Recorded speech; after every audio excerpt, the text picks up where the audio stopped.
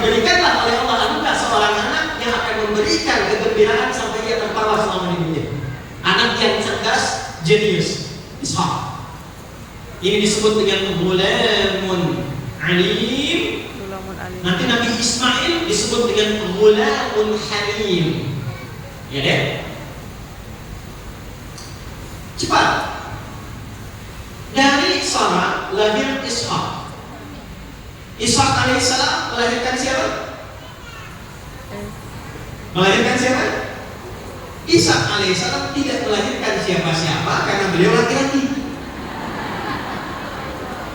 Istrinya yang melahirkan, kan? Siapa nama istrinya? Bu Ishak, gampang aja. Saya tanya anak-anak SD, ya, istrinya Nabi Ismail namanya siapa? Bu Maria Ustaz, gitu ya, Masya Allah. Ya. Istrinya Nabi Ishak namanya Rafqah. Rafqah. Rafiqah. Sudah? Rafqah punya abang namanya Laban. Laban punya anak 4 perempuan. 1 Lea atau Leia. 2 Rahil atau Rahila. Nah, ada versi yang ketiga dan keempat ini bukan anak perempuan aslinya, tapi asisten untuk membantu 2 yang di atasnya. Yang ketiga ini Zulfa. Yang keempatnya Bilha atau Balha. Kita temukan Lea, Rahil, Zulfa, Bilha. Anak siapa ini? Anaknya Laban. Siapa Laban? Abangnya Rafqah. Siapa Rafqah? Istrinya Ishak. Nah, telah kemudian Ishak alaihissalam dan Rafqah kemudian dipersatukan menikah, melahirkan anak. Anak yang viralnya ada 2 nanti. Yang paling viral di antara 2 ini salah satunya. Yang pertama, anak pertamanya Aisyah. Ini yang kelak nanti akan ke Eropa mengembara. Anak keduanya ini tokoh sentral kita, yaitu Yakub alaihissalam. Yakub.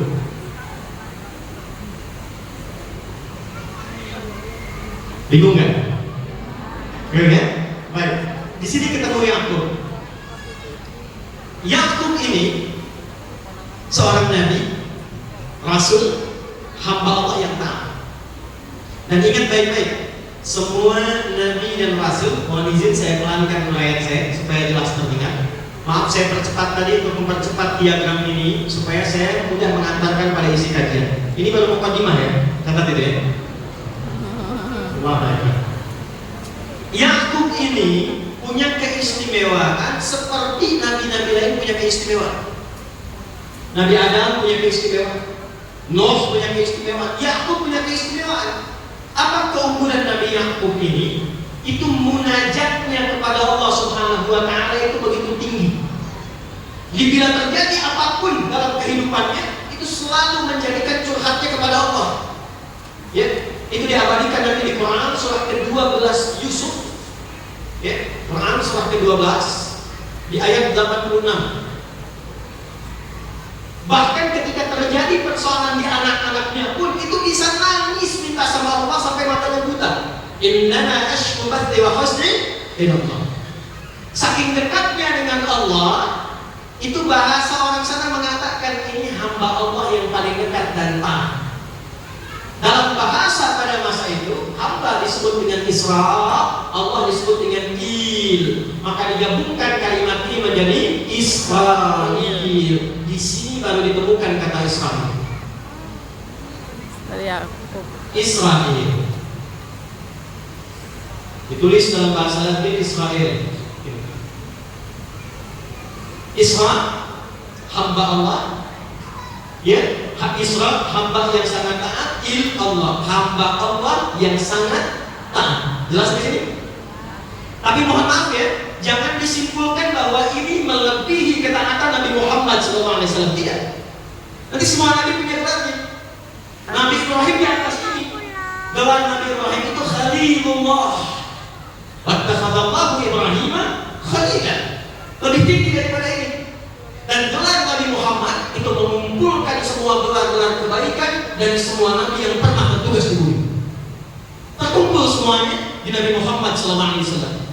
Ya, karena itu Nabi Isa ketika diduga sebagai nabi terakhir oleh umatnya, maka beliau mengkonfirmasi ketaatan Nabi Muhammad yang tidak bisa dibandingi oleh nabi-nabi yang lain. Diabadikan di Quran surah ke-61 As-Saff di ayat yang ke-6. Wa mubasysyiran bi rasulin ya'ti min ba'di ismuhu Ahmad. Ahmad itu isim tafdil dari kata Hamid yang sangat kuat hubungannya dengan Allah Subhanahu wa taala. Ini kita temukan Israel. Sudah simpan dulu ya. Jadi kalau disebutkan Israel artinya yang dekat dengan Allah, yang penyayang, yang baik, yang tidak pernah pukul orang, yang tidak pernah merendahkan orang, yang tidak pernah merampok orang, yang tidak pernah membunuh orang, apalagi kemudian mengusir orang, apalagi kemudian membunuh orang, apalagi kemudian menggenosida orang, menghancurkan rumah sakit, menghancurkan masjid, menghancurkan gereja. Itu bukan Israel namanya. Maaf ya, saya tegas menyampaikan ini karena di kitab mereka disebutkan begitu. Paham? Dan hari-hari ini YouTube saya sudah mulai sedikit-sedikit statistiknya diperlambat karena sudah berapa edisi membahas tentang Palestina. Kemarin kita bahas dalam live, tiba-tiba kemudian setelah live itu di hold oleh YouTube sampai yang Anda temukan cuma 1 menit 7 detik di akhir saja. Itu ditahan sampai menjelang malam karena kajiannya sangat sensitif menjelaskan tentang akar-akar manipulatif Yahudi di masa lalu. Ya, malam ini mudah-mudahan lancar ya. Nah ini Israel. Kemudian Israel Yakub punya anak tidak? Punya. Tuh, udah mulai bingung. Punya anak tidak? Punya. Melahirkan tidak? Tidak. Melahirkan tidak. Nabi Yakub laki-laki baru punya istri dulu, melahirkanlah istrinya itu keturunan. Maka dengan siapa Nabi Yakub itu menikah?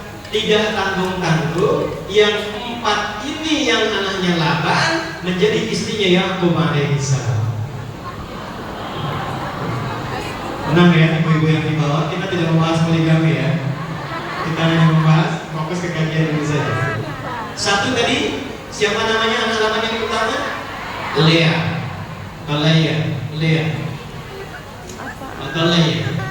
Main ya. Sudah, saya akan cepat karena kita baru mukadimah yang kedua. Lea dengan Lea punya 6 orang anak. Ada berapa? 6. 1 Ruben. Tidak pakai maksud. Maaf. Ruben saja. Terlambat. 2 Shem'un atau Simeon atau Simon. Ya, jadi kalau ada yang namanya di barat Simon, ya, Juli AGT itu, ya, atau Simeon, dulu pelatih Atletico Madrid, Diego Simeone, ya. Saya hafal tapi saya nggak pernah nonton, ya. Itu Simeon, Simon itu nasabnya ke nama ini Shem'un. 3, ingat ini penting sekali ya, saking pentingnya itu tipis terus udah mau habis. Ya. 3 Levi. 4, saya kotaki yang ini Yehuda. 4 siapa? Yehuda. Ini saya kotaki. Nah, saat mendapatkan 4 orang anak itu menduga Lea sudah tidak akan melahirkan lagi.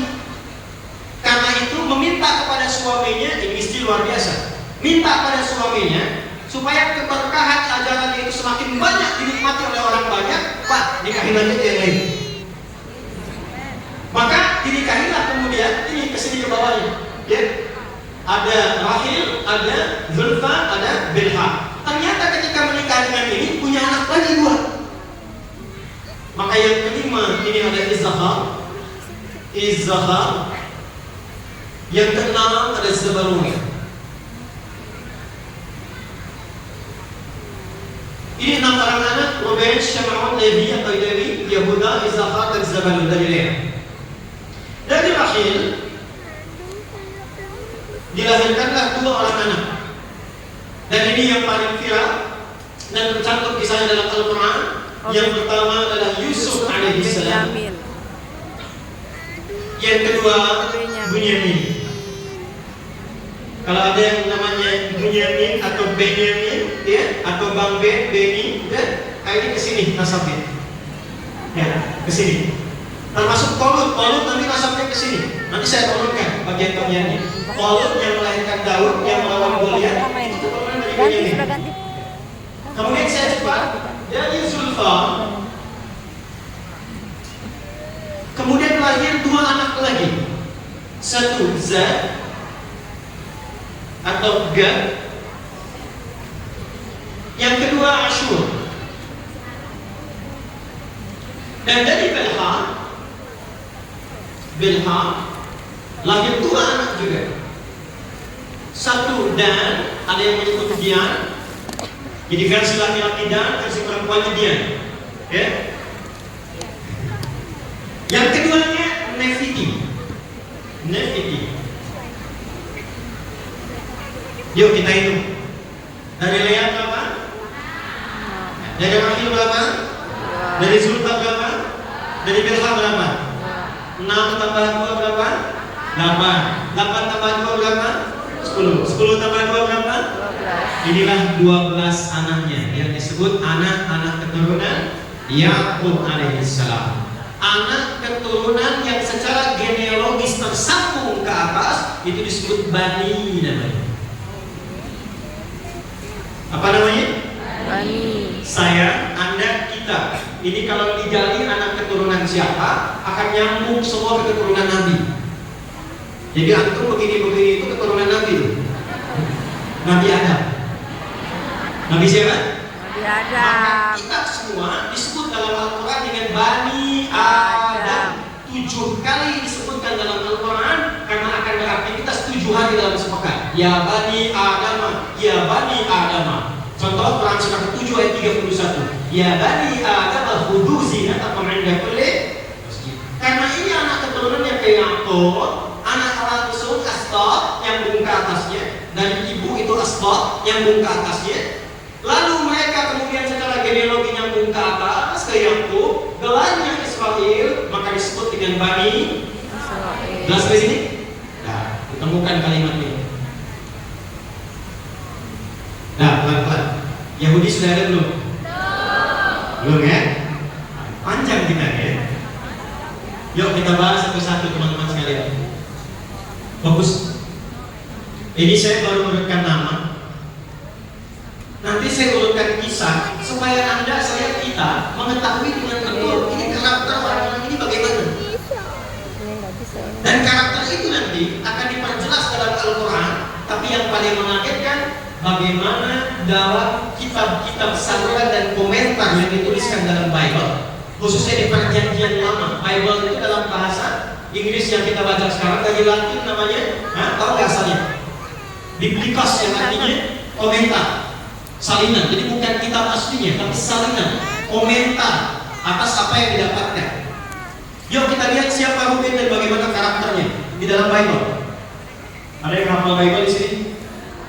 Buka Perjanjian Lama, ya, kitab Kejadian pasal 35 dari ayat 21 sampai dengan ayat 22. Kejadian, Genesis pasal 35 ayat 21 sampai 22.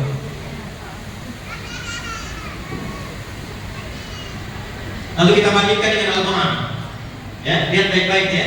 Kita bandingkan dengan Al-Quran. Di sini kita akan temukan bijaknya kalimat Nabi Muhammad SAW. Keterangan dalam kitab-kitab sebelumnya yang dicantumkan dalam komentar-komentar. Kata Nabi, jangan benarkan seluruhnya, jangan tolak seluruhnya.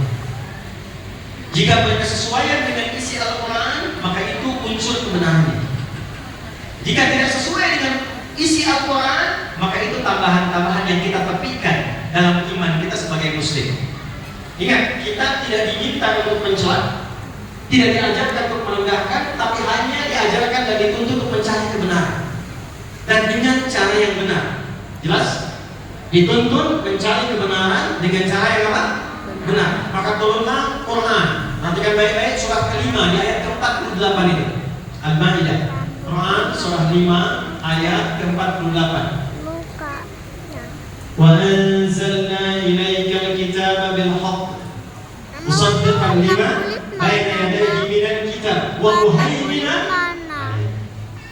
ya Muhammad sallallahu alaihi wasallam. Demi keagunganku kata Allah telah menurunkan Al-Quran kepadamu dengan hak mutlak kebenarannya. Kitab ini aku jadikan sebagai verifikasi untuk menemukan kebenaran yang tercantum di kitab-kitab sebelumnya yang sampai informasinya kepada kamu sekarang. Jadi kalau nyari Taurat yang asli nggak akan ditemukan, Injil yang asli nggak akan ada. Yang ada itu catatan-catatan orang-orang yang mendapatkan informasi dari situ. Dari mana tahunya kebenaran catatan itu? Kalau di kita kan ada sana. Contoh gini nih, contoh. Antum pernah dengar hadis ini kan? Khairukum man ta'allama al-Qur'ana wa 'allama. Yang terbaik di antara kalian adalah orang yang belajar Al-Quran dengan sungguh-sungguh dan mengamalkannya. Pernah dengar hadis itu? Dari siapa? Tidak pernah ketemu Nabi, ya? Tapi hadisnya ada di Sahih Al-Bukhari. Al-Bukhari itu mencatat keterangan dari Nabi, tapi kan tidak pernah ketemu Nabi. Dari mana dapatnya? Maka Al-Bukhari menerima dari Syu'bah, Syu'bah menerima dari Al-Qamah bin Marthad, Al-Qamah bin Marthad menerima dari siapa? Sa'ad bin Ubaidah menerima dari siapa? Abu Abdurrahman As-Sulami. Abu Abdurrahman As-Sulami menerima dari siapa? Dari Uthman bin Affan. Uthman bin Affan menerima dari siapa? Dari Nabi Muhammad SAW. Itu yang disebut dengan sanad namanya. Jadi di kita itu walaupun cuma catatan, informasinya tersambung sampai ke sumber pokoknya. Dan dahsyatnya ayatnya masih ada yang aslinya. Di ayatnya ada, tidak pernah berubah. Diteruskan. Hubungan jalur yang menyambungkan kita ke sumber aslinya itu disebut sanad namanya. Imam Muslim bikin kitab Sahih Muslim 43 topik 9 jilid karya Imam An-Nawawi syarahnya. Di jilid pertama diberikan keterangan komentar di mukaddimah babul isnad min ad-din. Ciri khas orang Islam itu semua informasinya tersambung dan punya sanad. Nah di sini kan ditemukan. Makanya kalau ingin menjadikan timbangan, cuma Al-Quran yang bisa dijadikan timbangan. Karena ini yang paling valid, yang bisa ditelusuri. Kitab aslinya masih ada, tidak pernah berubah. Dari zaman Abu Jahal sampai sekarang masih sama. Alif Lam Mim, alam sampai sekarang. Gak ada yang berubah. Makanya kata Allah menjadi timbangan. Tapi kalau ada yang menolak begini kan tidak mungkin non-muslim mengakui Quran. Kaidahnya kan begitu. Maka dibalik oleh Allah. Kalau tidak percaya, silakan riset, temukan kekurangan dalam Al-Quran, cari kelemahannya, buktikan kalau itu adalah seperti yang Anda tuduhkan karya manusia, cari semua kelemahannya, maka Anda tidak akan temukan. Bahasa singkatnya, kalau Anda menuduh Quran rekayasa manusia dan sebagai catatan saja, maka buat yang semisal Al-Quran satu surah saja. Kalau manusia yang dulu bisa bikin, yang sekarang belum tentu bisa akan buat. Jelas sampai sini? Oke, standarnya jadi apa? Al-Quran. Sekarang lihat Kejadian pasal 35 ayat 21 sampai 22. Saya bulati yang ayat 22 saja. Sehingga ketika sampai di negeri ini bahasanya saya tuh kalau agak kasar saya nggak bisa mengungkapkan karena nggak punya kosakatanya. Ya, tapi dengan terpaksa saya sampaikan. Maka Ruben kemudian bergaul dengan bundiknya Yakub yaitu Bilha. Anda bisa bayangkan karakter Ruben digambarkan dalam Bible di perjanjian lamanya pasal kejadian, ya di kejadian pasal 35 di ayat 22-nya adalah seorang figur yang pernah berzina dengan ibu sambungnya. Ini Ruben. Bandingkan dengan surat Yusuf. Surah berapa? 12. Ada berapa ayat di dalamnya? Antum nih gimana? Bagaimana mau bangkit kalau kayak Quran ini? Ada 111 ayat. Lihat di ayat 10. Perhatikan kalimatnya. Ketika ayat 9 yang mengatakan semua rapat, 9 orang rapat. 9 orang itu, ini semua 6, Ya. Kemudian ditambah ke bawah semua ini. Plus 10 dengan Ruben ini, 10 orang rapat. 9 mengatakan uqtulu Yusuf, ayat 9 ini. Perhatikan, detailnya bahasa Quran. Yang merekomendasikan bunuh Yusuf 9 orang. Letaknya di ayat ke-9. Uqtulu Yusuf, bunuh Yusuf, supaya dia dijauhkan dari ayah kita, supaya kasih sayangnya fokus ke kita. Tapi ayat 10-nya qala qailun minhum, seorang di antara mereka berkata, la taqtulu Yusuf, jangan bunuh Yusuf. Ya, alquhu fil ghayabati al-jubbi yaltaqithu ba'dus siyah. Cukup lemparkan ke tempat gelap. Kan motifnya itu cuma menjauhkan Yusuf dari bapak. Gak usah dibunuh, dosanya kegedean. Cukup jauhkan, lemparkan aja ke tempat gelap ke dalam sumur, supaya diambil oleh kafilah yang lewat. Yang penting kan jauh dari kita. Itulah Ruben.